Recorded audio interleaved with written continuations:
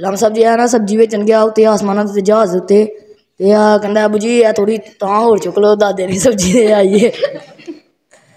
ਫਿਰ ਇੱਕ ਨਾ ਲੰਮ ਸਬਜ਼ੀ ਦੇ ਨਾ ਅੱਬੂ ਨੇ ਇਹਨੂੰ ਕੁੱਟਿਆ ਤੇ ਚੱਲ ਦਫਾ ਹੋ ਜਾ ਘਰ ਲੰਮ ਸਬਜ਼ੀ ਇਹਨੇ ਨਾ ਘਰ ਜਾ ਕੇ ਨਾ ਤੇ ਮੋਬਾਇਲ ਲੈ ਕੇ ਨਾ 1 ਤੇ ਕਾਲ ਕਰ ਛੜੀ ਕਹਿੰਦਾ ਪੁਲਿਸ ਵਾਲੇ ਇੱਥੇ ਆਈਓ ਪੁਲਿਸ ਆ ਗਈ ਤੇ ਕਹਿੰਦੇ ਕਿਹੜੀ ਗੱਲ ਹੋਈ ਹੈ ਕਹਿੰਦਾ ਬੁਣ ਗਿਆ ਚੱਲ ਘਰ ਫਿਰ ਲੰਮ ਸਬਜ਼ੀ ਆ ਇੱਕ ਨਾ ਦਹੀਂ ਲੈਣ ਗਿਆ ਤੇ ਨਾ ਦਹੀਂਆਂ ਨੇ ਆਉਂਦਾ ਡਬਲ ਛਾਪੜ ਕਰਦੇ ਦਹੀਂਆਂ ਨੇ ਕਿਉਂ ਕਹਿੰਦਾ ਬਣ ਗਿਆ ਲੱਸੀ ਬਣਾਉਂਦੇ ਹੀ ਹੁਣ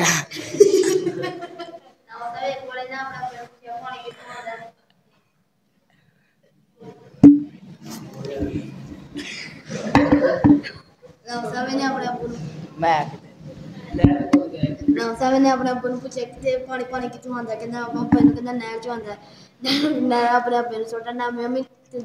ਟੂਟੀ ਖੋਲੀ ਪਾਣੀ ਆ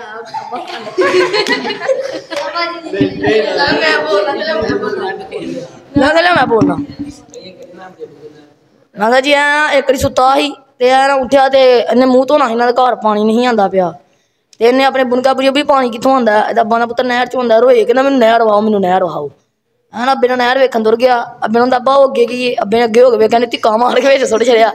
ਕਹਿੰਦਾ ਧੋਰਾ ਧੋਰਾ ਘਰ ਆਇਆ ਕਹਿੰਦਾ ਅੰਮੀ ਟੂਟੀ ਖੋਲੀ ਅੱਬਾ ਆਣ ਜਾਈ ਲਾਂਸਾ ਜੀ ਹੈ ਨਾ ਇੱਕ ਵਾਰੀ ਨਾ ਆਪਣੇ ਚਾਚੇ ਦੇ ਵਿਆਹ 'ਚ ਬਣਿਆ ਸਰਬਾਲਾ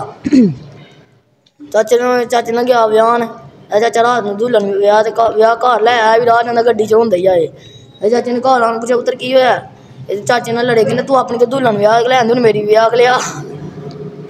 ਇਹ ਲਾਂਸਾ ਜੀ ਇੱਕ ਵਾਰੀ ਨਾ ਇਹਨਾਂ ਘਰ ਮਾਰ ਗਿਆ ਚੂਚਾ ਇਹਦਾ ਚਾਚਾ ਬਾਹਰ ਗਿਆ ਸੀ ਇਹਨਾਂ ਚਾਚੇ ਨੂੰ ਫੋਨ ਮਾਰਿਆ ਕਹਿੰਦਾ ਚਾਚਾ ਜੀ ਘਰ ਆਇਓ ਚੂਚਾ ਮਰ ਗਿਆ ਕਦਮ ਦਵਾਣਾ